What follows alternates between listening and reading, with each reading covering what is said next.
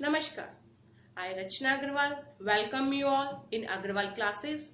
The business studies class was going on and the topic is forms of business organization. If you have opted for commerce, you may want to start your business, you want to opt for business. So forms of business organizations were discussed in previous videos. I hope आप लोगों ने वो videos देखे होंगे. नहीं देखे तो आप प्लीज उन्हें देखें और चैनल को सब्सक्राइब करें so that you can get updates about the videos being uploaded time to time and as early as possible. Forms of business organizations की हम बात करें तो मैं sole proprietorship, there are 5 forms. The number 1 is sole proprietorship. Then we have discussed Hindu undivided family. Then partnership. These 3 parts have already been discussed and the part that is going to teach and I'm going to teach today is cooperative society. The 4th one is cooperative society and the 5th one is company, joint stock companies. So 3 parts I have already taught you and the 4th one is that we are going to study or discuss today is cooperative society. Cooperative society का students viewers, what does it mean? The word cooperative means working together. Cooperative का मतलब होता है साथ में काम करना with others, लोगों का एक साथ मिलकर ग्रुप में काम करना एक कॉमन पर्पस के लिए, to work together for a common purpose.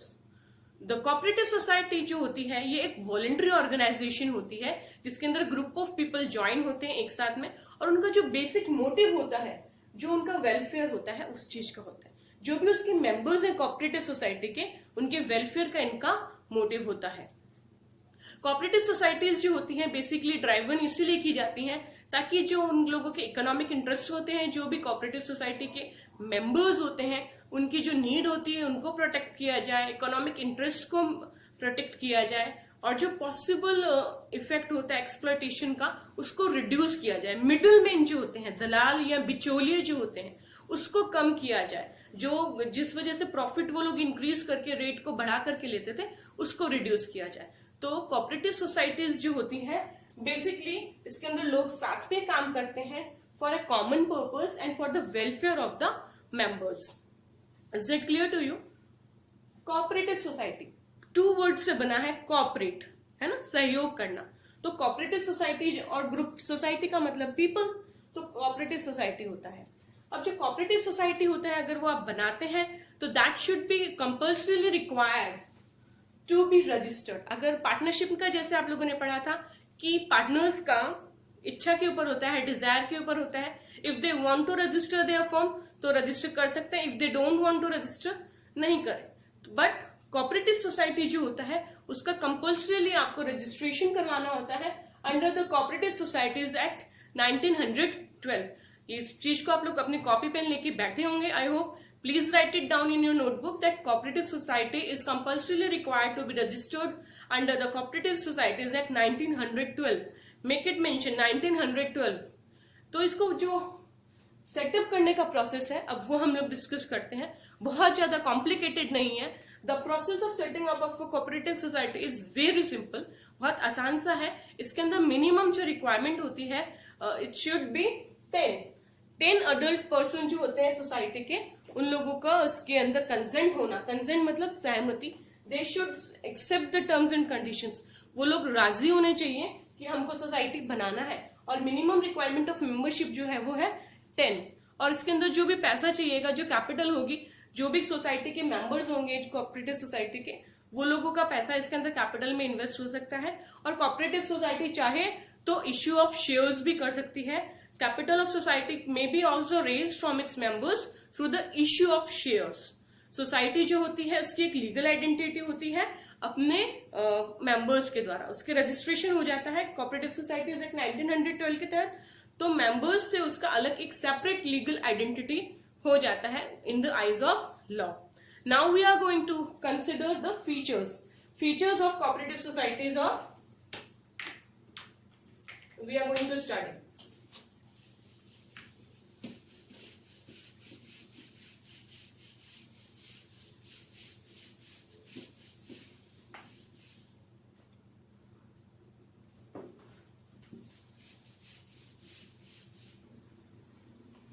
तो फीचर्स की हम बात करते हैं.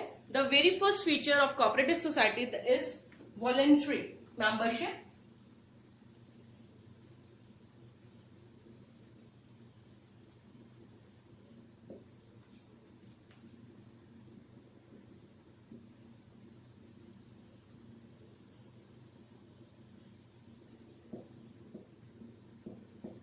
वॉलेंट्री मेंबरशिप क्या होता है? वॉलेंट्री मेंबरशिप की अगर हम बात करते हैं तो वॉलेंट्री का मतलब होता है स्वेच्छा से, बाय देयर ऑन विश। तो मेंबरशिप जो भी होगी कोऑपरेटिव सोसाइटी के अंदर, जो भी उसके मेंबर्स होंगे उनकी विश के अकॉर्डिंग होगा, वॉलेंट्री होगा। इस चीज का आप ध्यान रखिए। वॉलेंट्री मीन्स कोई आपको फोर्स नहीं कर रहा है, कोई कंपल्सन नहीं है। इसके अंदर आपकी मेंबरशिप जो है वॉलेंट्री है। जो पर्सन होगा, उसका मेंबर जो होगा, he is free to join. उसकी इच्छा होगी तो वो उसको ज्वाइन कर सकता है, एंड व्हेनेवर, दोनों ही चीजों में उसकी फ्रीडम है for joining, to join also he is voluntary cooperative society को, and similarly he can leave also. उसकी जब इच्छा होगी, जब उसकी डिजायर होगी, तब वो चाहे तो उसको at any time he can leave the cooperative society. तो द मेंबरशिप जो है वो बहुत ज्यादा आप लोगों को समझने की जरूरत है कि वॉलेंट्री होती है, कोई प्रेशर नहीं होता है, कोई कंपल्सन नहीं होता है, नो कंपल्सन।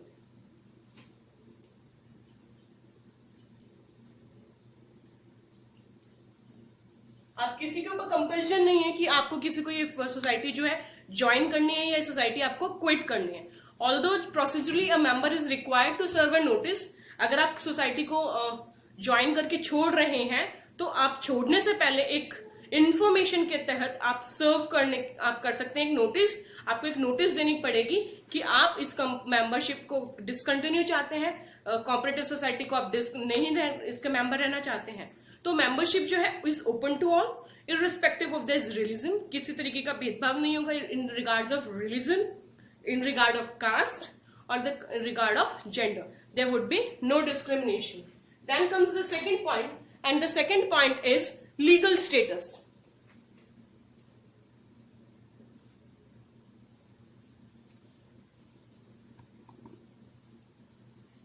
Legal status.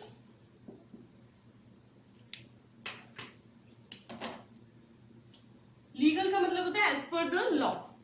तो अगर हम बात करते हैं कि कोऑपरेटिव सोसाइटीज का, जैसे मैंने आपको पहले बताया, they should be registered under cooperative societies act 1912।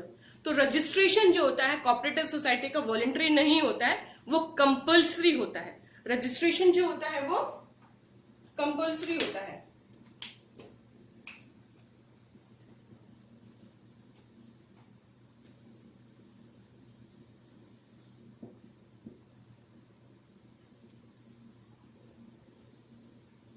Cooperative societies का रजिस्ट्रेशन क्योंकि कंपल्सरी होता है, तो उससे क्या होता है कि सोसाइटी की अलग एक सेपरेट आइडेंटिटी हो जाती है लॉ की नजरों के अंदर, different from there members. Cooperative society की अपनी एक सेपरेट लीगल आइडेंटिटी बन जाती है in the eyes of law. तो सोसाइटी चाहे तो कॉन्ट्रैक्ट्स में एंटर हो सकती है, अपने नाम से, सोसाइटी के नाम से आप प्रॉपर्टी खरीद सकते हैं। It can sue also and it can be sued.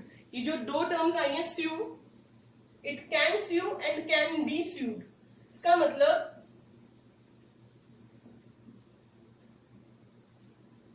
Cooperative societies जो है उसके ऊपर आप केस कर सकते हैं, और कोऑपरेटिव सोसाइटी किसी के ऊपर केस कर सकती है इन केस ऑफ रिक्वायरमेंट, अगर ऐसा कुछ कहीं फील होता है तो as a result of being a separate legal entity, it is not affected by the entry. Members may come and members may go. Entry या एग्जिट से मेंबर्स की इसको कोई फर्क नहीं होने वाला है।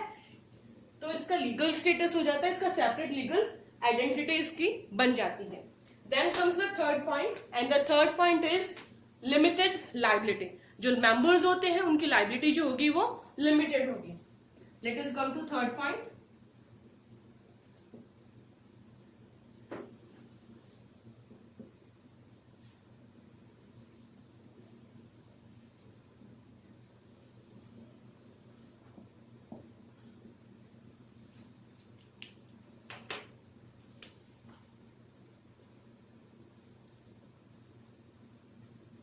लाइबिलिटी के बारे में हम लोग सोल प्रोप्राइटरशिप में भी पढ़ चुके हैं, हिंदू अनडिवाइडेड फैमिली में भी पढ़ चुके हैं, और पार्टनरशिप में भी पढ़ चुके हैं। मैं एक बार फिर से लिमिटेड लाइबिलिटी आपको टर्म समझा देती हूँ कि जो मेंबर्स होंगे कोऑपरेटिव सोसाइटी के, उनकी जो लाइबिलिटी होगी किसी भी केस के अंदर to the amount of the contribution. जो उन्होंने कैपिटल का कंट्रीब्यूशन दे रखा है उतनी ही अमाउंट तक उन लोगों की लायबिलिटी रहेगी। इसका मतलब ये है कि जो मैक्सिमम रिस्क होगा एक मेंबर का उतना ही होगा जितना उसका कैपिटल कंट्रीब्यूशन होता है, उतना ही वो रिस्क को बियर करेगा। फॉर एग्जाम्पल अगर हम बात करते हैं कि किसी मेंबर की कोऑपरेटिव सोसाइटी के अंदर 10,000 रुपए के शेयर्स हैं या 10,000 रुपए की कैपिटल इन्वेस्टेड है, तो उस बंदे को in the case of wind up of या किसी भी तरीके का रिस्क या लॉस होने के ऊपर उस कोऑपरेटिव सोसाइटी के अंदर मिस्टर एक्स अगर हम मानते हैं तो उसको कितने रुपए तक की लायबिलिटी है, सिर्फ 10,000 ही उसको पे करने हैं। उसकी पर्सनल प्रॉपर्टी या एक्स्ट्रा अमाउंट उसको पे नहीं करनी है। अगर उसकी कैपिटल उसने 10,000 ले रखी है तो रिस्क ही will bear up to 10,000 only, इससे ज्यादा वो बियर नहीं करेगा। Let us come to the next point and that is control.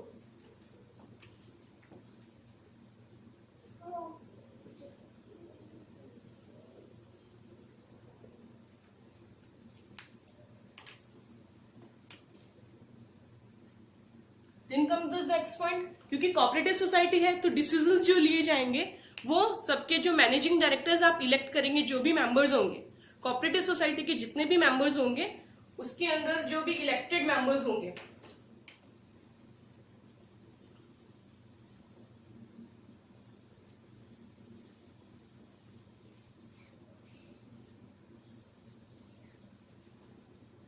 जो भी इलेक्टेड मैनेजिंग कमेटी होगी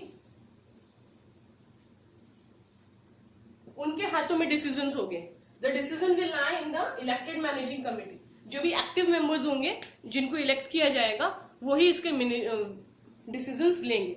हर एक मेंबर को वोट ऑफ राइट होता है, they are having right to vote. अपने मेंबर को वो चूज कर सकते हैं, वो लोग जिसको चाहे मैनेजिंग कमेटी का मेंबर बना सकते हैं। उससे क्या होता है कि कोऑपरेटिव सोसाइटी का जो नेचर होता है वो डेमोक्रेटिक हो जाता है। सब लोग वोट दे करके जिसको मैनेजिंग कमेटी का हेड और मेंबर्स बनाते हैं, तो एक तरीके से कह सकते हैं कि उन्हीं लोगों का डिसीजन चलता है जो वो लोग चाहते हैं। तो क्योंकि मैनेजिंग कमेटी को आपने खुद ही सिलेक्ट किया कोऑपरेटिव सोसाइटी के मेंबर्स ने अपने वोटिंग राइट्स के थ्रू, तो कंट्रोल जो होता है ईच मेंबर के ही एक तरीके से होता है। जो मैनेजिंग डायरेक्टर्स होते हैं वो इलेक्ट किए जाते हैं, एक डेमोक्रेटिक मैनेजमेंट होता है। Then comes the next point, service motive की अगर हम लोग बात करते हैं तो जो कोऑपरेटिव सोसाइटी होती है उसका पर्पस जो होता है वो यही होता है कि म्यूचुअल हेल्प। आप कोऑपरेटिव सोसाइटी जो सेटअप करते हैं उसका एक्चुअली ऑब्जेक्टिव क्या होता है, म्यूचुअल हेल्प एंड वेलफेयर।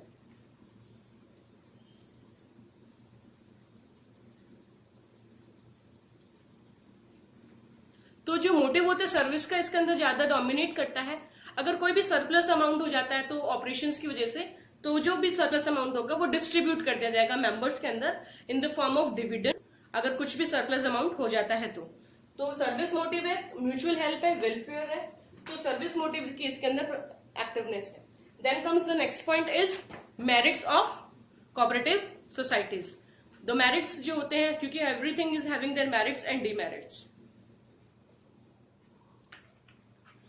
तो कोऑपरेटिव सोसाइटी के जो बहुत सारे बेनिफिट्स होते हैं इसके मेंबर्स को, तो सम ऑफ द एडवांटेजेस जो कोऑपरेटिव ऑर्गेनाइजेशंस के वो मैंने बोर्ड पे राइट डाउन किए हैं, that I am going to explain in detail one by one.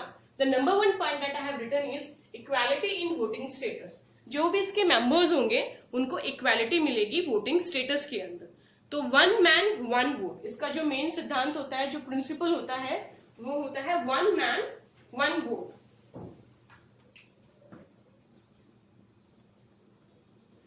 One man one vote. हर एक मेंबर को सिर्फ एक ही वोटिंग राइट है। ये नहीं कि किसी को 5 वोट्स का राइट है या किसी को 2 वोट्स का राइट है। No, every member is having one voting rights that governs the cooperative society irrespective of the amount. अगर किसी बंदे ने 10,000 रुपए इन्वेस्ट कर रखे हैं कैपिटल के अंदर तो उसको एक वोटिंग राइट है, किसी ने 50,000 कर रखे तो उसको 5 वोटिंग राइट्स है। No, irrespective of the capital contributed, सबको एक ही मिलेगा। चाहे आपने लाख रुपए डाल रखा हो कोऑपरेटिव सोसाइटी में कैपिटल इन्वेस्टमेंट, चाहे 10,000 रुपए डाल रखा हो, irrespective of the amount of capital contribution by a member, each member is entitled to have one voting right and everyone is having equal voting right. The second important merit of it is, जो second important benefit जो है इसका, जैसे अभी हमने features में भी discuss किया था, वो है लिमिटेड लायबिलिटी।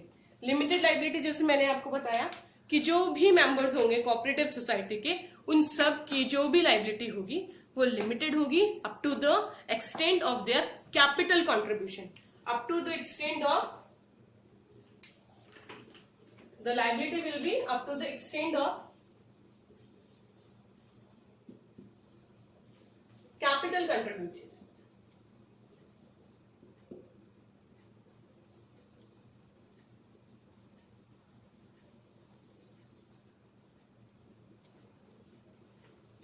पर्सनल एसेट्स जो होंगे कोऑपरेटिव सोसाइटी के जो भी मेंबर्स होते हैं वो सेफ रहेंगे, उनको किसी भी तरीके से यूज नहीं किया जाएगा to prepay the business debts. Then comes the next point, that is stable existence.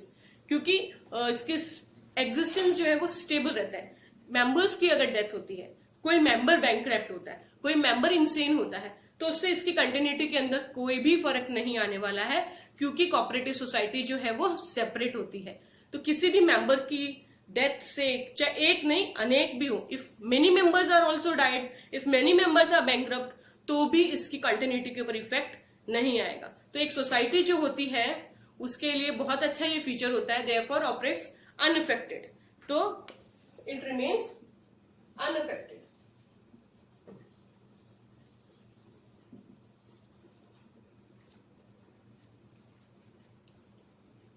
No change in the due to change in the membership. अगर मेंबर्स चेंज हो जाते हैं, पहले कोई और था, कोई और मेंबर अब हो गया, तो उससे चेंज इन द मेंबरशिप अगर हो जाती है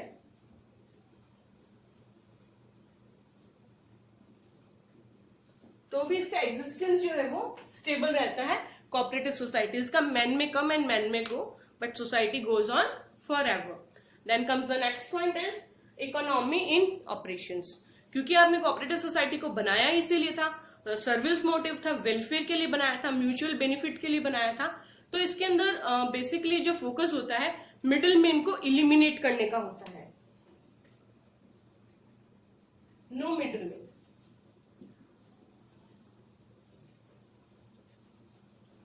नो मिडिल मैन. तो उससे क्या होगा कि कॉस्ट जो होगी वो कम आती है किसी भी प्रोडक्ट्स की. तो कस्टमर्स जो होते हैं, क्योंकि मेंबर्स सोसाइटी के वो लोग खुद ही होते हैं जो प्रोड्यूसर्स होते हैं, वो इसके मेंबर के सोसाइटीज होते हैं, सोसाइटी के मेंबर्स जो प्रोड्यूसर्स होते हैं, कोई मिडिल मैन इसके अंदर है नहीं, तो रिस्क जो होता है वो लिमिटेड होता है. बैड डेब्ट्स होने की भी पॉसिबिलिटी जो होती है वो कम होती है. Then comes the next point, that is support from government. Government भी जो होती है कोऑपरेटिव सोसाइटी को क्योंकि सपोर्ट करती है. कोऑपरेटिव सोसाइटी को एक डेमोक्रेटिक पैटर्न होता है, गवर्नमेंट भी सपोर्ट करती है. उनको टैक्सेस जो होते हैं उनको कम देने पड़ते हैं. कोऑपरेटिव सोसाइटी को बेसिकली टैक्सेस जो होते हैं they have to pay low taxes. The most important benefit is that low taxes. They also receive many subsidies and low interest rate of loan is also available to them.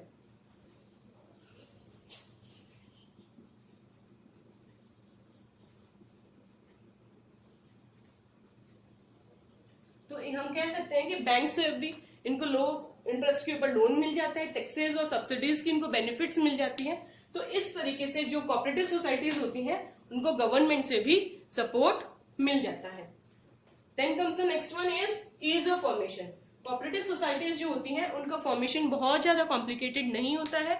It can be easily started with minimum number of membership, जो मैंने आपको पहले ही बताया था, minimum 10 members. 10 adult लोगों की consent की requirement होती है. इसका जो प्रोसीजर होता है वो सिंपल होता है सेटअप का कोऑपरेटिव सोसाइटी का.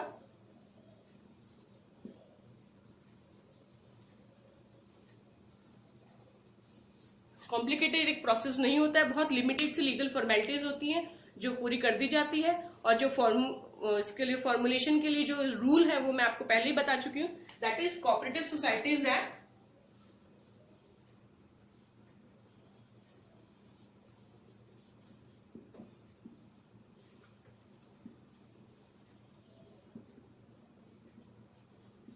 1912. These were the living benefits. एक बार फिर से हम देख लेते हैं. The number one is equality in voting status. हर एक आदमी को irrespective of their capital contribution, everyone is having only one voting right. Then comes limited liability. जितना आपका capital contribution है उतना ही आप risk bear करेंगे. In case of risk आपको bear करना पड़ता है तो then come stable existence, change होते हैं मेंबर्स, उनकी डेथ होती है, बैंकरप्सी होती है, कोई फर्क नहीं होने वाला है कोऑपरेटिव सोसाइटी की एग्जिस्टेंस के अंदर। इकोनॉमी ऑफ ऑपरेशन होती है क्योंकि कोई मिडिल मैन नहीं होता है, जो मेंबर्स होते हैं वही प्रोड्यूसर ऑफ सर्विसेज होते हैं। गवर्नमेंट जो होती है उनको लो रेट ऑफ टैक्सेस अवेलेबल करवाती है, सब्सिडीज प्रोवाइड करती है, और बैंक से भी कोऑपरेटिव सोसाइटीज को इंटरेस्ट रेट कम पे करके लोन मिल जाता है। और इसकी नेक्स्ट पॉइंट है ईज ऑफ फॉर्मेशन। जो कोऑपरेटिव सोसाइटीज होती है उनकी फॉर्मेलिटीज, लीगल फॉर्मेलिटीज जो होती है वो बहुत लिमिटेड सी होती है, एक्स्ट्राऑर्डिनरी फॉर्मेलिटीज आपको फॉलो अप नहीं करनी है, मिनिमम 10 मेंबर्स की रिक्वायर्ड होती है उनकी कंसेंट की, और आप कोऑपरेटिव सोसाइटीज एक्ट 1912 के तहत इजीली इसको फॉर्मेशन कर सकते हैं। As we have discussed the merits of cooperative societies, wherever there are roses, there are thorns too. जहाँ अच्छाई होती है कुछ ना कुछ बुराइयां तो होती ही हैं। Similarly, cooperative society also suffers from a few limitations, and those we are going to study now. And the limitations of cooperative societies we are discussing now. The number one is limited resources. Limited resources से क्या मतलब है कि जो भी resources organisation में use होने वाले हैं कोऑपरेटिव सोसाइटी के अंदर वो लिमिटेड होने वाले हैं। बेसिकली इसके अंदर हम अगर बात करते हैं जो रिसोर्सेज लिमिटेड होंगे उसके अंदर हम बात करेंगे कैपिटल की। कैपिटल जो होगी सोसाइटी के अंदर, कोऑपरेटिव सोसाइटी के अंदर, वो लिमिटेड होगी क्योंकि जो उसके मेंबर्स से ही उसके अंदर अमाउंट आना है इश्यू ऑफ शेयर्स करके, तो लिमिटेड अमाउंट ऑफ शेयर्स आप उसके अंदर कैपिटल के ऊपर आपको इनपुट हो पाता है। कैपिटल कंट्रीब्यूशन ऑफ मेंबर्स ही होता है from the limited means. So we can say that cooperative society suffers from limited resources. और दूसरी बात यह है क्योंकि उनको डिविडेंड भी जो ऑफर किया जाता है इन्वेस्टमेंट के ऊपर वो भी थोड़ा होता है, तो बाकी सोसाइटी के जो मेंबर्स होते हैं वो अट्रैक्ट नहीं होते उनके शेयर्स को परचेज करने के लिए, और कोऑपरेटिव सोसाइटी के अंदर कैपिटल जो है वो इंक्रीज नहीं कर पाता है। तो इसके अंदर बेसिकली जो लिमिटेड रिसोर्सेज की हम बात करते हैं कि वो कैपिटल से ही होता है, और क्योंकि इसके अंदर डिविडेंड बहुत ज्यादा इंक्रीज अमाउंट का नहीं मिलता है तो सोसाइटी के अदर लोग जो है वो अट्रैक्ट होकर के इसके इश्यूज को नहीं खरीदते हैं कोऑपरेटिव सोसाइटी को शेयर्स को। दैट्स वाई कैपिटल जो होगी बहुत लिमिटेड होती है। Then comes the next point and that is inefficiency.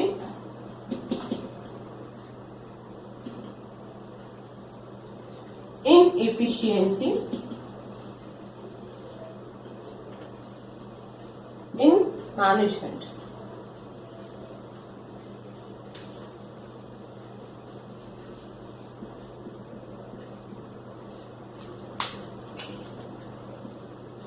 Management के अंदर इफिशियंसी जो होगी वो कम अच्छी होगी क्योंकि कोऑपरेटिव सोसाइटी जो होता है वो हाईली पेड एक्सपर्ट्स जो होते हैं उनको हायर नहीं कर पाता, उनको अट्रैक्ट नहीं कर पाता है, क्योंकि अगर आप एक्सपर्ट्स को अपने कोऑपरेटिव सोसाइटी में अपॉइंट करते हैं तो उनको हाई सैलरीज पे करनी पड़ती है, और कोऑपरेटिव सोसाइटीज जो होती है हायर सैलरीज को पे करने के लिए इनेबल नहीं होती हैं, they are not able to pay that. So cooperative societies are not hiring expert advises for their expert counselling. इस वजह से जो भी वॉलंटरी बेसिस के ऊपर उसके अंदर सर्विसेज दे पाते हैं वो लोग इसके अंदर अपॉइंटेड होते हैं, और वो प्रोफेशनल्स नहीं होते हैं मैनेजमेंट के फंक्शंस को इफेक्टिवली करने के लिए। तो हम कह सकते हैं कि जो मैनेजमेंट होता है क्योंकि वो जनरल लोगों के द्वारा मैनेज किया जाता है, प्रोफेशनल्स के द्वारा नहीं मैनेज किया जाता है, due to the limited resources not able to pay higher salaries, we can say inefficiency in management. Then comes the next point and that is lack of secrecy.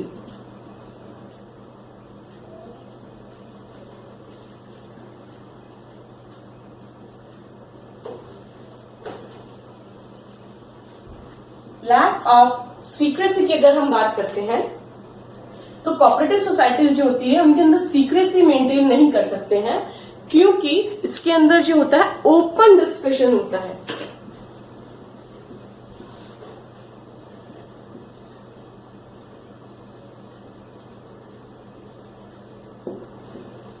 Inefficiency, no professionals are appointed. ये इसके अंदर हम लोग लिख सकते हैं इसका keyword के लिए no professional appointment या appointed. Yes, so lack of secrecy क्योंकि कोऑपरेटिव सोसाइटी के अंदर डिस्कशंस जो होंगे, मीटिंग्स जो होगी, उनके अंदर ओपनली हर बात उनको डिस्क्लोज करनी पड़ती है, जो भी ऑब्लिगेशंस होते हैं as per the rule. Government का ये रूल है कि कोऑपरेटिव सोसाइटीज एक्ट जो है, let me write down, societies act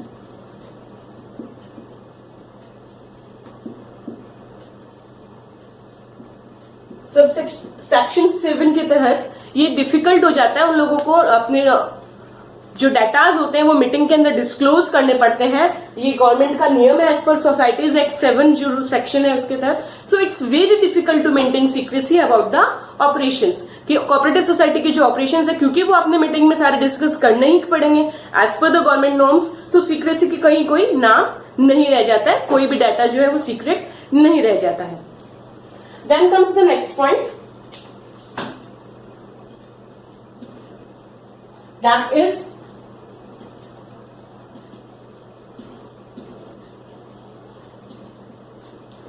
government control.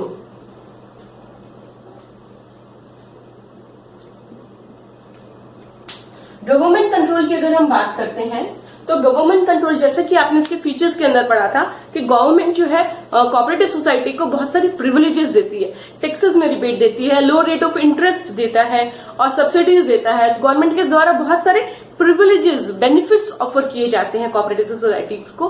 तो अगर वो प्रिविलेजेस ऑफर कर रही है तो बहुत सारे रूल्स और रेगुलेशंस भी होंगे जो कोऑपरेटिव सोसाइटीज के ऊपर डाले जाते हैं। They should comply with those rules. तो वो रूल्स रेगुलेशंस जो है उनको मानने पड़ते हैं और उनकी ऑडिटिंग होती है अकाउंट्स की, अकाउंट्स का प्रॉपर सबमिशन करना पड़ता है गवर्नमेंट नॉर्म्स के according.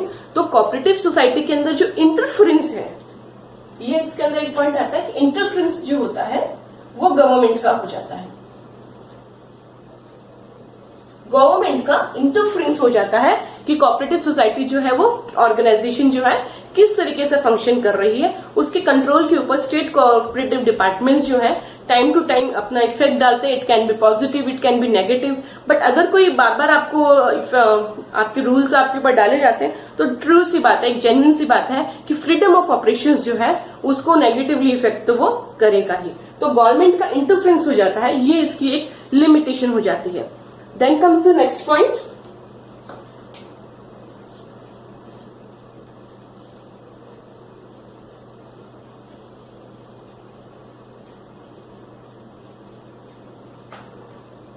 Differences of opinion.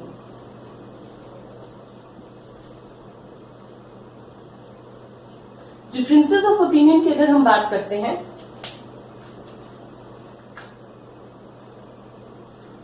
Differences of opinion की बात करते हैं, क्योंकि मैनेजमेंट जो है वो जो कोऑपरेटिव सोसाइटीज मेंबर्स हैं उन्हीं के द्वारा होता है, तो कुछ ना कुछ इंटरनल आर्ग्यूमेंट उन टीम मेंबर्स के अंदर हो जाता है।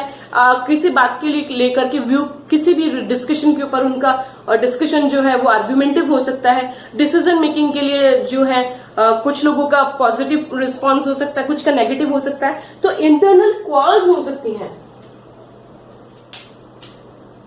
इंटरनल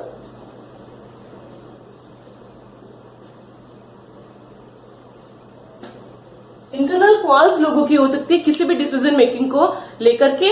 तो ये एक प्रॉब्लमेटिक हो सकता है कि मिस्टर एक्स के ओपिनियन से मिस्टर वाई अग्री नहीं करते हो, तो डिफरेंसेस ऑफ ओपिनियन आ जाता है।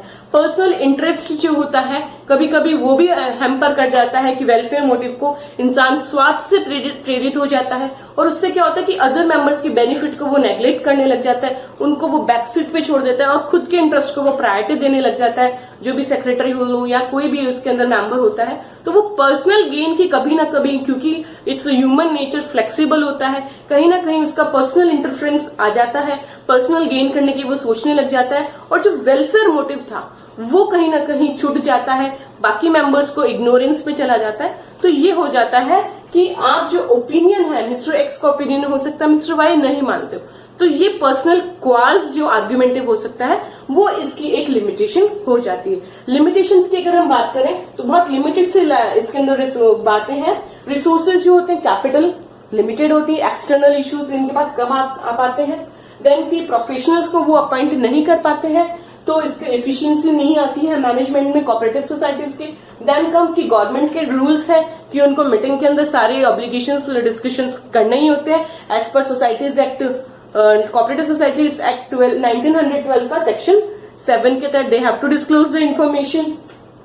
देन कम्स के government, state government cooperative societies भी हैं, टाइम टू टाइम इंटरफेरेंस करते रहती है क्योंकि आपको बहुत सारे बेनिफिट्स हैं, तो गवर्नमेंट के बहुत सारे रूल्स उसको फॉलो करने पड़ते हैं डॉक्यूमेंट्स के लिए, अकाउंट्स को सबमिशन के लिए, ये सब आ जाता है। Then comes differences of opinion, लोगों का आपस में 10 लोग बैठते हैं, 12 लोग अगर मीटिंग में बैठते हैं तो ये तो जरूरी नहीं है कि सबका सेम ओपिनियन हो, डिफरेंसेस ऑफ ओपिनियन तो हो जाता है। तो ये इसके 5 जो है लिमिटेशंस हैं।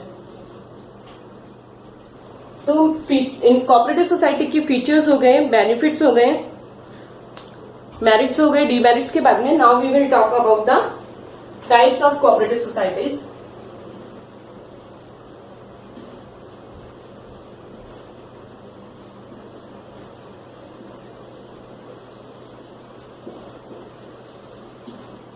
जो नेक्स्ट टॉपिक हम पढ़ने वाले हैं दैट इज कोऑपरेटिव सोसाइटी के जो टाइप्स होते हैं, बहुत सारे टाइप्स होते हैं according to the nature of the operations of the cooperative societies. उनका काम करने का जो पैटर्न है, ऑपरेशंस है, उनके अकॉर्डिंग इसकी जो टाइप्स होती है। नंबर 1 जो है that is consumer cooperative societies.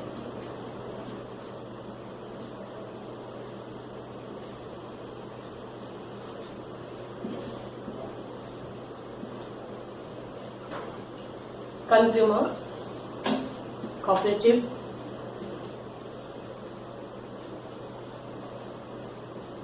Consumer cooperative societies जो होती है बेसिकली जो होती है कंज्यूमर्स के इंटरेस्ट को प्रोटेक्ट करने के लिए बनाई जाती है। तो जैसे कि नाम से सजेस्ट हो रहा है, इसके अंदर जो मेंबर्स होंगे वो कंज्यूमर्स होंगे, अलग अलग उनकी क्वांटिटी प्रोडक्ट्स की हो सकती है, रिजनेबल प्राइस पे लेने की उनका विश हो सकता है। तो इसके अंदर जो होंगे कोऑपरेटिव सोसाइटी के अंदर जो मेंबर्स होंगे वो कंज्यूमर्स ही होते हैं। इस सोसाइटी का बेसिकली जो एम होता है वो यही होता है कि जो मिडिल मैन होते हैं, जो दलाल होते हैं, उन लोगों को हटा दिया जाए और economy of operations,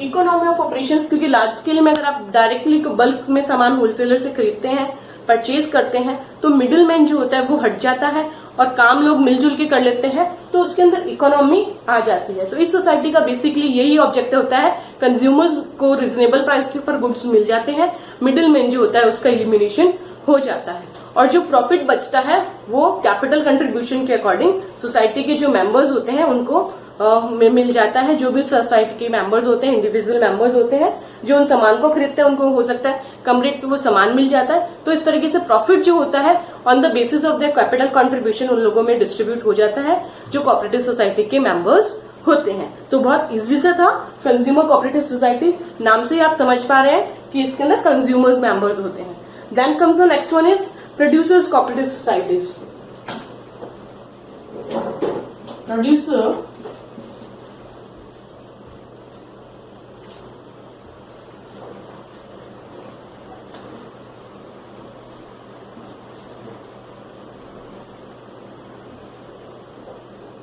Producers cooperative societies.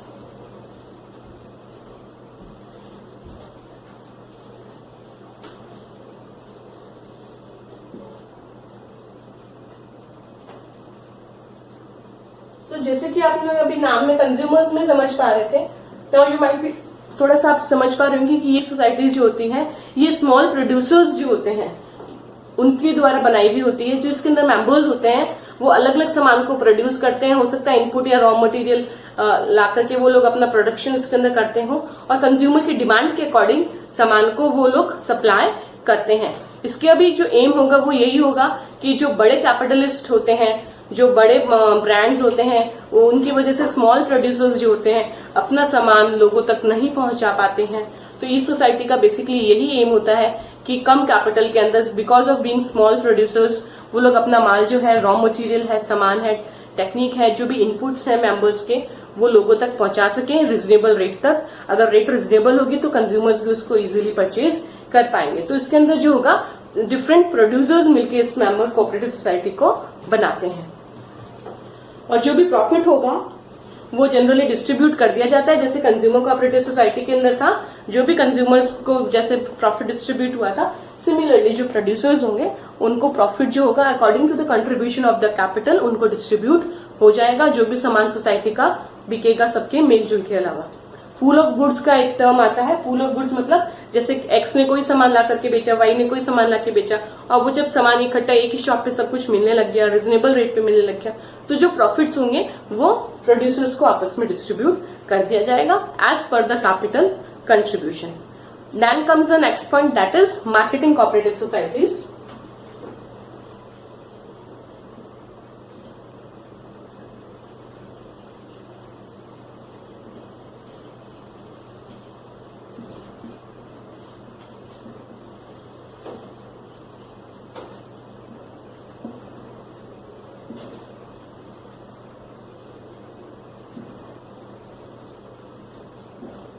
Marketing cooperative societies जो होती हैं, ये सोसाइटीज बेसिकली इसलिए स्टैब्लिश की जाती है स्मॉल प्रोड्यूसर्स के द्वारा कि वो अपना प्रोडक्ट का जो है अच्छे से वो सेल कर सके, कंज्यूमर्स तक वो पहुंच सके।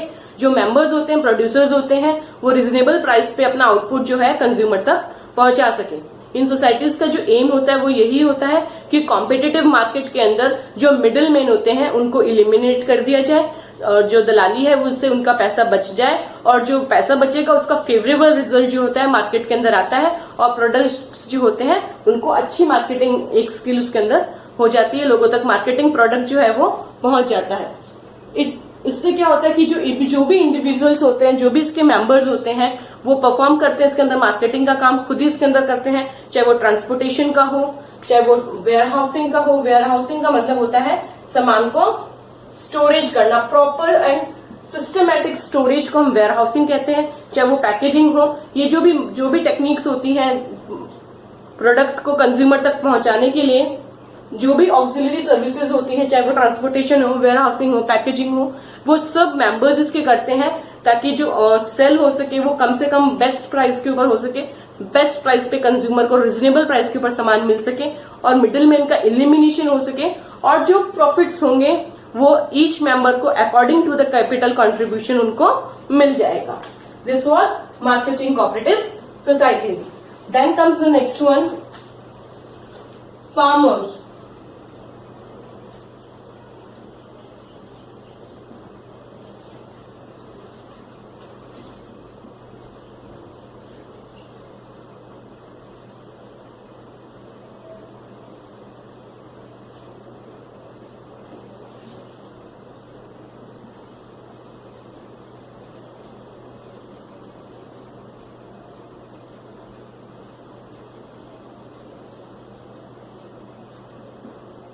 फार्मर्स कोऑपरेटिव सोसाइटी, जैसे कि आपको नाम से ही समझ में आ रहा होगा, इसके जो मेंबर्स होंगे वो जाहिर सी बात है फार्मर्स होते हैं।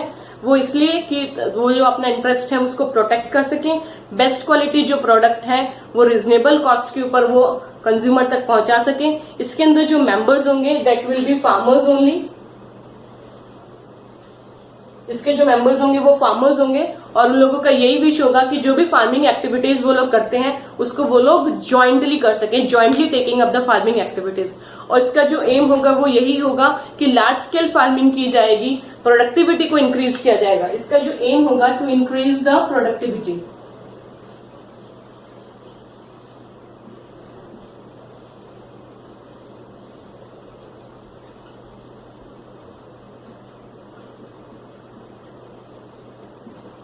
to increase the productivity। जो बेसिकली यही मैंने आपको बताया कि जो एक्सप्लॉयटेशन होता है फार्मर्स का लेंडर्स के द्वारा, हाई रेट ऑफ इंटरेस्ट उनके ऊपर चार्ज किया जाता है लोन के द्वारा, वो सब से ये लोग अपने आप को बचा सकते हैं फार्मर्स जो होते हैं। अगर फार्मर्स कोऑपरेटिव सोसाइटी वो लोग अपना बना लेते हैं तो उन जो मेंबर्स होंगे इसके, उन लोगों को लोन जो होगा वो लेस अमाउंट ऑफ इंटरेस्ट के ऊपर उनको मिल सकता है, और जो कैपिटल उसके अंदर कंट्रीब्यूशन होगा उसी से लोगों को, मेंबर्स को लो रेट ऑफ इंटरेस्ट के ऊपर लोन अवेलेबल हो जाता है। तो फार्मर्स कोऑपरेटिव सोसाइटी का जो बेसिक ऑब्जेक्टिव होता है to increase the productivity and eliminate the middle man. Then comes the next point is, fifth one जो है दैट इज, जो फिफ्थ पॉइंट है वो हाउसिंग सोसाइटी से रिलेटेड होता है, कोऑपरेटिव हाउसिंग सोसाइटीज।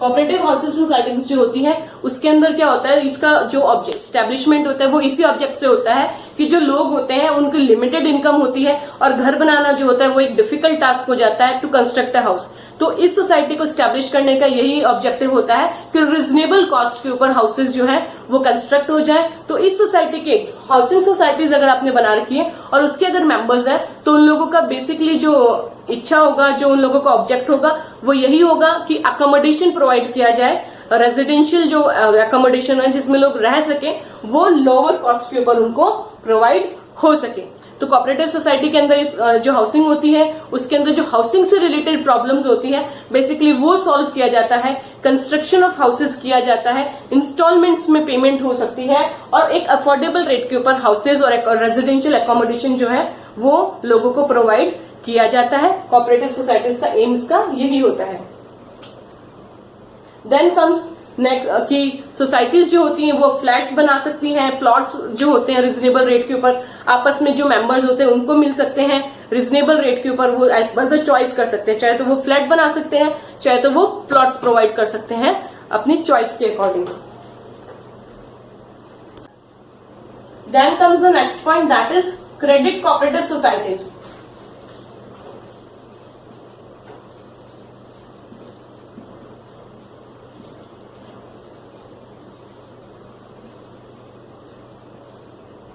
क्रेडिट जैसे कि नाम से आप समझ पा रहे हैं, क्रेडिट कोऑपरेटिव सोसाइटीज का जो स्टैब्लिशमेंट होता है वो यही होता है कि जो भी मेंबर्स हैं उनको इजी क्रेडिट मिल सके, रीजनेबल टर्म्स के ऊपर उन लोगों को जो मेंबर्स हैं उनको क्रेडिट मतलब उधार पे पैसा मिल सके। जो मेंबर्स होंगे उनको फाइनेंशियल हेल्प मिल जाएगी, लोन्स के रूप में उनको हेल्प मिल जाती है। जो भी लोन लेंगे उनको क्रेडिट की फैसिलिटी मिल जाएगी और इंटरेस्ट रेट जो होगा वो कम हो जाएगा। इसका भी ऑब्जेक्टिव यही होता है कि उनको लो रेट ऑफ इंटरेस्ट के ऊपर लोन्स मिल जाएंगे और जो मेंबर्स को जो होंगे उन लोगों को लो रेट के ऊपर इंटरेस्ट मिल जाएगा, जो कैपिटल कंट्रीब्यूशन होगा, और उधार के लिए उनको हायर पे रेट ऑफ इंटरेस्ट किसी और को बाहर की तरफ उनको पे करना नहीं पड़ेगा। और उससे क्या होगा कि मेंबर्स जो होते हैं उनको एक्सप्लॉयटेशन से वो लोग बच जाते हैं। दिस इज द क्रेडिट, क्योंकि नाम से आप समझ पा रहे हैं क्रेडिट, इसके अंदर लोन्स की फैसिलिटी जो होगी वो मेंबर्स को मिलेगी at lower rate of interest.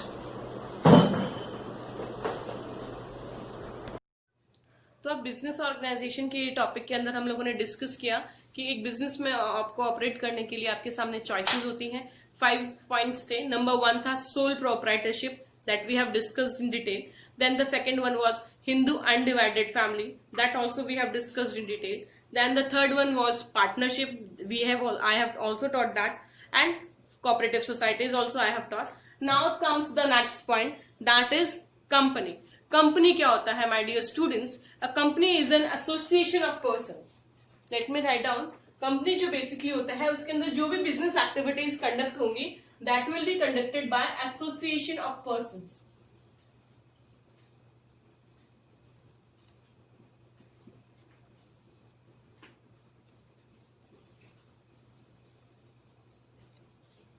Company is an association of persons होता है जिसके अंदर बिजनेस एक्टिविटीज जो है वो एक ग्रुप ऑफ पीपल करता है। और कंपनी जो होता है वो लीगल स्टेटस को एंजॉय करता है, अपने मेंबर से उसकी अलग सेपरेट लीगल आइडेंटिटी होती है एक कंपनी की। और कंपनी जो होता है उसको एक आर्टिफिशियल पर्सन भी माना जाता है। Company is treated as an artificial person because it enjoys a separate legal status, artificial person, क्योंकि इसका लीगल स्टेटस होता है, इसका रजिस्ट्रेशन कंपलसरी होता है। पार्टनरशिप के लिए अंदर आपका वॉलेंट्री था, आप चाहे तो उसको रजिस्टर करवाएं, आपकी विश होती है, आप चाहे तो रजिस्टर करवाएं चाहे तो नहीं करवाएं। बट कोऑपरेटिव सोसाइटीज को अंडर कोऑपरेटिव सोसाइटीज एक्ट 1912 आपको उसको रजिस्टर करवाना ही पड़ता है। सिमिलरली कंपनी जो होती है उसको आपको रजिस्टर करवाना ही होता है, तो उसका एक लीगल स्टेटस होता है। And because of that legal status it is called an artificial person and it enjoys separate legal identity. It enjoys the status of also separate legal entity. Separate legal entity क्योंकि ये legal है, documents में इसका creation हुआ है, इसका birth हुआ है, तो कंपनी के जो फॉर्मेशन होता है उसको हम बर्थ कह सकते हैं। वैसे कंपनी डिसॉल्व होगी तो उसको डिसोल्यूशन को हम कह सकते हैं, उसकी डेथ। तो कंपनी लीगली उसका जन्म होता है कागजों के अंदर, तो it enjoys a separate legal identity. अपने मेंबर्स जो होते हैं, उसके एसोसिएशन ऑफ पर्सन जो होते हैं, ग्रुप ऑफ पीपल जो उसके अंदर हैं, उनसे इसकी आइडेंटिटी अलग होती है, सेपरेट लीगल आइडेंटिटी होती है एक कंपनी की। और कंपनी का एक बहुत इंपॉर्टेंट फीचर है that it is common, it has a common seal. Company का डॉक्यूमेंट्स के ऊपर कॉमन सील होना बहुत ज्यादा जरूरी है। एक कंपनी की बहुत इंपॉर्टेंट बात जो है इसके अंदर हम लोग को समझनी है कि कंपनी जो होती है उसकी कॉमन सील होती है। एक कंपनी की अगर हम बात करते हैं तो कंपनी के लिए जैसे कोऑपरेटिव सोसाइटीज का एक्ट था, कोऑपरेटिव सोसाइटीज एक्ट 1912, पार्टनरशिप के लिए एक्ट था, इंडियन पार्टनरशिप एक्ट 1912 कोऑपरेटिव्स का था, और 1932 पार्टनरशिप का एक्ट है। सिमिलरली कंपनी की अगर हम बात करते हैं तो कंपनी के लिए जो है एक्ट है वो इंडियन कंपनीज एक्ट अभी जो है वो 2013 है। The companies act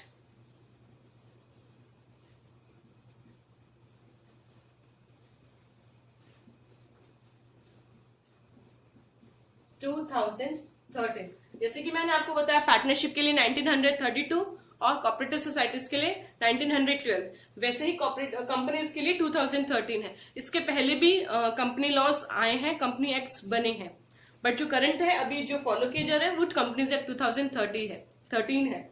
as per section 2 and 20 of the act, as per section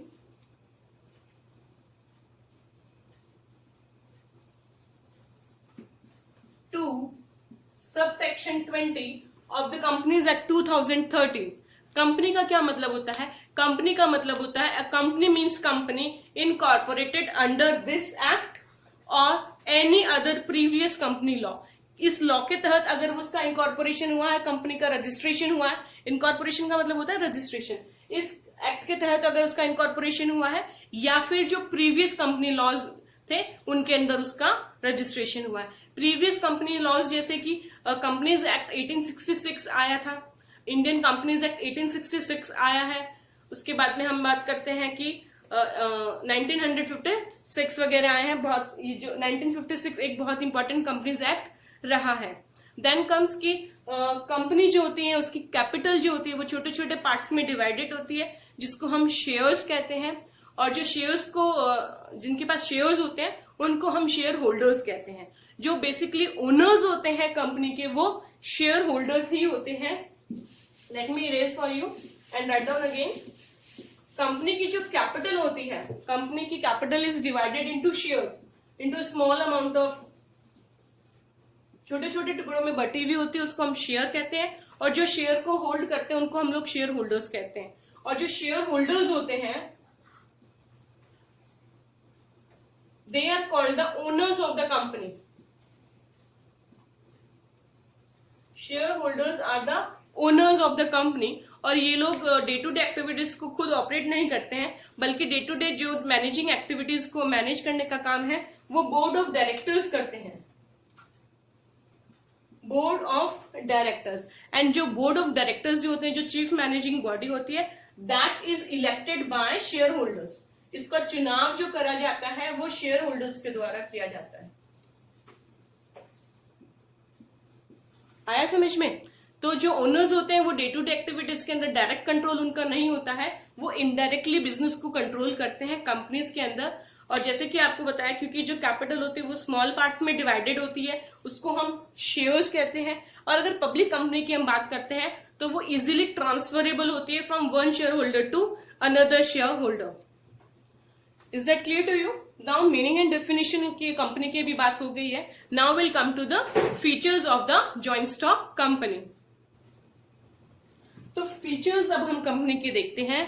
company के जो फीचर्स हैं, जैसे अगर मीनिंग डेफिनेशन आपने बहुत ध्यान से सुना समझा है तो उसी से रिलेटेड सारे फीचर्स उस मीनिंग डेफिनेशन से ही आ जाएंगे जो मैंने पढ़ा है। The very first feature is it is an artificial person. Company जो होता है वो एक आर्टिफिशियल पर्सन होता है, क्योंकि कंपनी का जो क्रिएशन होता है, company is created in the eyes of law. Company का जो क्रिएशन होता है that is in law, creation by law होता है। अकॉर्डिंग टू लॉ वो क्रिएट होती है, क्रिएशन ऑफ लॉज होता है, और एग्जिट्स भी होता है, वो भी अकॉर्डिंग टू द लॉ ही होता है। उसमें उसका अस्तित्व जो बना रहता है कंपनी का वो इंडिपेंडेंट मेंबर्स के थ्रू होता है और लॉ के अकॉर्डिंग उसका क्रिएशन होता है। लाइक नेचुरल पर्सन, जैसे एक आम आदमी होता है, एक कंपनी जो होती है उसकी अपने नाम से प्रॉपर्टी होती है, वो उधार पैसा ले सकता है, पैसा उधार दे सकता है, कॉन्ट्रैक्ट्स में एंटर हो सकता है, it can sue. Sue means मैंने आपको पार्टनरशिप में भी बताया था, it can sue and it can be sued. इसका मतलब ये होता है कि कंपनी जो है उसके ऊपर केस किया भी जा सकता है किसी मामले के तहत, और कंपनी किसी थर्ड पार्टी के ऊपर भी केस कर सकती है। But it is an artificial person, एक नेचुरल पर्सन के जैसे वो प्रॉपर्टी ले सकती है, उधार ले सकती है, it can borrow money, it can incur debts, but it can not breathe. ये हमारे जैसे, आपके हमारे जैसे सांस नहीं ले सकती, खाना नहीं खा सकती है, स्कूल नहीं जा सकती है, दौड़ नहीं सकती है, बातचीत नहीं कर सकती। इसलिए इसको पर्सन तो माना गया है, बट इसको हमने माना है artificial person because it is created in the eyes of law. Then comes the next point, that is separate legal entity. Separate legal entity की हम बात करते हैं कि सेपरेट लीगल एंटिटी की जैसे ही इसका इनकॉर्पोरेशन हो जाता है, जिस दिन इसका रजिस्ट्रेशन हो जाता है, कंपनी जो होती है उसकी अलग एक आइडेंटिटी बन जाती है, उसकी अलग एक पहचान बन जाती है। कंपनी की अपनी एक आइडेंटिटी हो जाती है, अपने मेंबर से वो अलग उसकी डिस्टिंक्ट एक आइडेंटिटी बन जाती है। It is separated from its members. जो भी इसके नाम से एसेट्स और लायबिलिटीज होंगे उनके मेंबर्स के अलावा अलग होंगे। Is it clear to you? Owners जो होंगे उनके अलावा कंपनी के नाम से प्रॉपर्टीज, जैसे मैंने अभी आपको फर्स्ट पॉइंट में बताया, एसेट्स और लायबिलिटीज जो होंगी वो सेपरेट होंगी ओनर्स से। कि लॉ जो होता है, बिजनेस ओनर्स जो होते हैं वो इसके अंदर मे बी कम सेम भी हो सकते हैं, चेंज भी हो सकते हैं। तो कंपनी के नाम से एसेट्स और लायबिलिटीज होंगी, तो ये एक लीगल आइडेंटिटी होती है, इसकी अलग लॉ की नजरों में पहचान होती है। Then comes the next point is formation. Formation की अगर हम बात करते हैं तो कंपनी का जो फॉर्मेशन होता है इजी नहीं होता है, थोड़ा कॉम्प्लिकेटेड होता है, थोड़ा टाइम कंज्यूमिंग होता है, थोड़ा एक्सपेंसिव होता है, कॉम्प्लिकेटेड प्रोसेस होता है। यूं नहीं कि आपका मन किया जैसे सोल प्रोप्राइटरशिप आपने खड़ा कर लिया या पार्टनरशिप आपने स्टैब्लिश कर ली, नो। इसका फॉर्मेशन जो होता है वो कॉम्प्लिकेटेड होता है,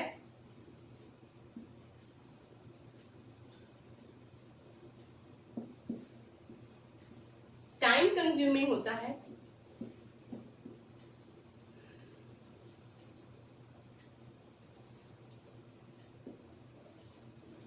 और एक्सपेंसिव होता है।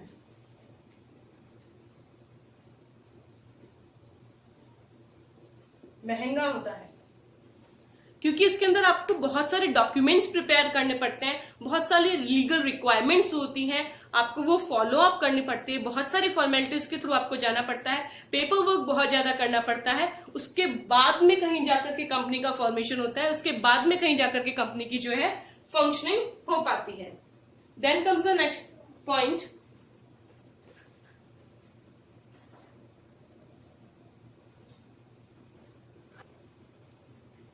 कंपनी का जो नेक्स्ट फीचर आता है वो होता है perpetual succession.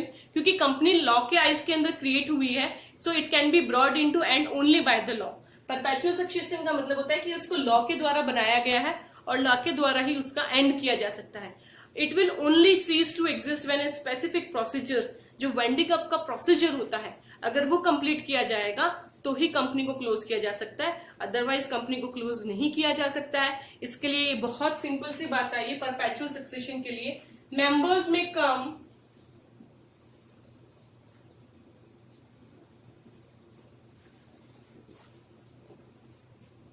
And members may गो।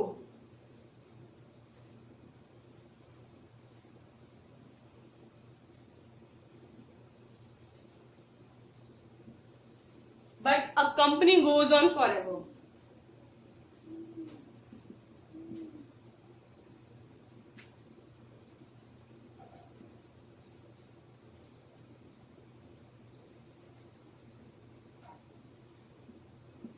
जब तक उसका वाइंड अप नहीं होता है in the eyes of law, तब तक कंपनी एग्जिस्ट करेगी, चाहे उसके मेंबर्स जो हैं वो चेंज हो जाएं, चाहे वो आ जाएं, चाहे वो चले जाएं, उससे इसके एग्जिस्टेंस के ऊपर कोई फर्क नहीं पड़ेगा। कंपनी का एग्जिस्टेंस कंक्लूडेड तभी माना जाएगा जब उसका डिसोल्यूशन हो जाएगा। जैसे कि मैं इसको एक एग्जांपल के थ्रू आपको कोट करूं, इसके मेंबर्स जो है एक मीटिंग में बैठे हैं और किसी भी रीजन की वजह से वो सभी मेंबर्स की डेथ हो जाती है, तो क्या कंपनी बंद कर दी जाएगी? नो, कंपनी का डेथ नहीं हुआ है, डेथ जो हुआ है उसके मेंबर्स का हुआ है। कंपनी का एक लीगल प्रोसीजर जो मैंने आपको बताया है, वाइंडिंग अप नहीं हुआ है। तो मेंबर्स कितने भी आए, कितने भी जाएं, उनकी डेथ से कंपनी का जो सक्सेशन है, कंपनी की जो आगे चलने की गति है वो रुकती नहीं है, उसका डेथ नहीं होता है मेंबर्स की डेथ की वजह से। तो ये अभी मैंने जो आपको 4 पॉइंट्स फीचर्स बताए हैं उनको एक बार थोड़ा सा क्विक रिव्यू में आपको देती हूँ, उसके बाद में आगे के फीचर्स बताऊंगी। जो फर्स्ट फीचर हमने किया है वो यही है कि ये एक आर्टिफिशियल पर्सन होता है, ये पैसे बोरो कर सकता है, ये उधार दे सकता है, और इसके जो केस जो है कंपनी कर सकती है, इसके ऊपर भी कंपनी केस, किसी थर्ड पार्टी इसके कंपनी के ऊपर भी केस कर सकती है। But it is an artificial person. Artificial person इसलिए हम इसको मानते हैं क्योंकि ये ब्रीथ नहीं कर सकती है, ये सांस हमारे जैसे नहीं ले सकती, ये हमारे जैसे खाना नहीं खा सकती है, स्कूल नहीं जाती है, वॉक नहीं करती है, टॉक नहीं करती है। Then comes the next point, separate legal identity. किसकी मेंबर्स जो होते हैं इसकी फॉर्मेशन के बाद में इसकी पहचान जो होती है वो अलग होती है। एसेट्स और लाइबिलिटीज जो होती है वो इसके नाम से होती है, इसकी डिस्टिंक्ट पहचान होती, विशेष पहचान होती, अलग पहचान होती है अपने मेंबर्स से। तो जो लॉ है वो बिजनेस ओनर्स को अलग मानता है और कंपनी को जो है वो अलग मानता है। Then comes the next point is formation. Company का, जैसे कि मैंने आपको फॉर्मेशन बताया कि कंपनी का फॉर्मेशन जो है वो कॉम्प्लिकेटेड होता है, टाइम टेकिंग होता है और थोड़ा महंगा होता है क्योंकि इसके अंदर फॉर्मेलिटीज जो होती हैं वो बहुत ज्यादा होती हैं। अब कंपनी का जो रजिस्ट्रेशन फॉर्मेशन की अगर हम बात करते हैं तो अभी करंटली जो लॉ चल रहा है वो 2013 के तहत होता है, या फिर कोई प्रीवियस कंपनीज लॉ जो आए हैं उनके तहत कंपनी का इनकॉर्पोरेशन किया जाना चाहिए। इनकॉर्पोरेशन को आप सिंपल वे में कह सकते हैं रजिस्ट्रेशन, ठीक है। तो जो कंपनीज हैं जो इनकॉर्पोरेटेड होती हैं कंपनीज एक्ट 1956 के तहत या उसके भी पहले के तहत, any company law shall be included in the list of companies. तो जो लॉज आए हैं वो मैंने आपको पहले भी बताया। Act relating to companies in force before the Indian companies act 1866, Indian companies act 1866, उसके बाद में इंडियन कंपनीज एक्ट 1882, उसके बाद में हम बात करते हैं इंडियन कंपनीज एक्ट 1913, उसके बाद में रजिस्ट्रेशन ऑफ ट्रांसफर्ड कंपनीज जो आया ऑर्डिनेंस आया था वो 1942 का, और जो मोस्ट इंपॉर्टेंटली जो नेक्स्ट पॉइंट आया था वो कंपनीज एक्ट 1956 का। इनके तहत अगर कंपनी का फॉर्मेशन हुआ है, इनकॉर्पोरेटेड हुआ है, तो वो भी फॉर्मेशन के अंदर ही आएगा, कोई जरूरी नहीं है कि 2013 के। बट हाँ, नॉर्म्स जो है अभी 2013 के अमेंडमेंट्स के अकॉर्डिंग कंपनी को अभी फॉलो करने होते हैं। देन कम्स की परपेचुअल सक्सेशंस। जो भी मेंबर्स होते हैं उनके आने और जाने से कंपनी की एग्जिस्टेंस के अंदर कोई फर्क नहीं पड़ता है। कंपनी जो होती है वो अपना काम करती रहती है, चाहे मेंबर्स आते जाओ निकलते जाओ, किसी के भी आने और जाने से कंपनी के एग्जिस्टेंस के ऊपर फर्क नहीं पड़ता है। कंपनी तो तभी खत्म मानी जाएगी जब कंपनी का एक स्पेसिफिक प्रोसीजर जो होता है क्लोजर का वो फॉलो किया जाएगा, उसको हम वाइंडिंग अप प्रोसीजर कहते हैं। तो जो नेक्स्ट फीचर है, जो फिफ्थ पॉइंट है, वो आता है कंपनी के कंट्रोल का। तो जो कंपनी का कंट्रोल होता है वो होता है मैनेजमेंट और कंट्रोल जो होता है कंपनी का, बेसिकली जो डे टू डे एक्टिविटीज को हैंडल करते हैं उनके हाथ में होता है, और जो एक्टिविटीज को हैंडल करते हैं वो होते हैं board of directors, BOD. Board of directors जो होते हैं वो कंपनी का मैनेजमेंट और कंट्रोल को हैंडल करते हैं। ये जो टॉप मैनेजमेंट जो होता है इनको अपॉइंट किया जाता है मैनेजमेंट के अफेयर की कंटिन्यूटी के लिए। जो डायरेक्टर्स होते हैं उनका बहुत ज्यादा इंपॉर्टेंट रोल होता है किसी भी कंपनी के अंदर, क्योंकि वो डायरेक्टली अकाउंटेबल होते हैं। जो भी कंपनी के अंदर काम किया जा रहा है उसके लिए रिस्पॉन्सिबल और अकाउंटेबल वही होते हैं, और शेयर होल्डर्स जो होते हैं वो उनकी अपॉइंटमेंट कर सकते हैं, उनको सिलेक्शन कर सकते हैं, इलेक्शन कर सकते हैं। क्योंकि शेयर होल्डर्स जो होते हैं वो लोग के पास में ऐसे राइट्स नहीं होते हैं कि वो day to day business activities को डायरेक्टली वो कंडक्ट कर सके, इसलिए बोर्ड ऑफ डायरेक्टर्स जो होते हैं उनका सिलेक्शन किया जाता है। तो जो कंट्रोलिंग पावर है, day to day managing activity and controlling जो होती है वो बोर्ड ऑफ डायरेक्टर्स के हाथ में होती है। Then comes the next point is liability. जो दो लायबिलिटी होगी मेंबर्स की वो लिमिटेड होगी, जितना उन्होंने कैपिटल कंट्रीब्यूशन किया है up to the extent of the capital contributed. जितना कंपनी में आपका कैपिटल लगा हुआ है उतने का ही आपको लॉस बियर करना है, उससे ज्यादा का लॉस आपको बियर नहीं करना है, आपको एक लिमिटेशन तक ही करना है।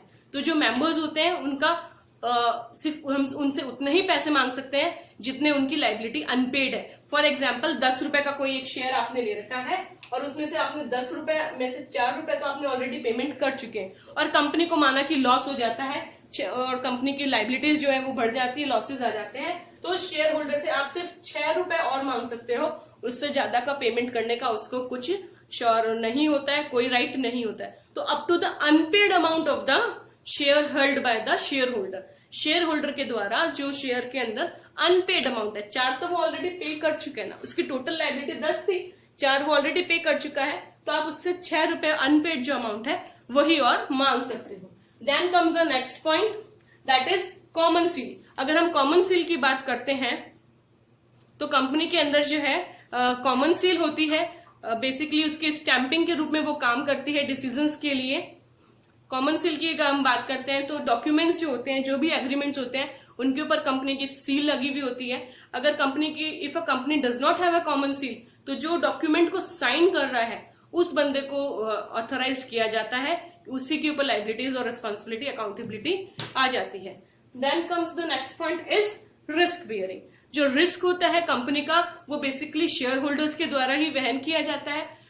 जैसे कि सोल प्रोप्राइटरशिप की, पार्टनरशिप की अगर हम बात करते हैं, उसके अंदर लोगों के अंदर रिस्क बियर कर लिया जाता था, वैसे ही कंपनी का जो रिस्क बियरिंग है वो शेयर होल्डर्स होते हैं।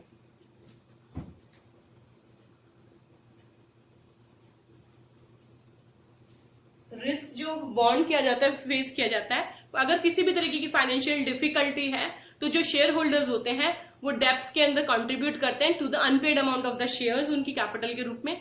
तो रिस्क जो होता है वो थोड़ा सा स्प्रेड हो जाता है into number of share holders. तो इस तरीके से तो ये इसके फीचर्स थे। टोटल 8 फीचर्स हम लोगों ने डिस्कस किए हैं कंपनी के।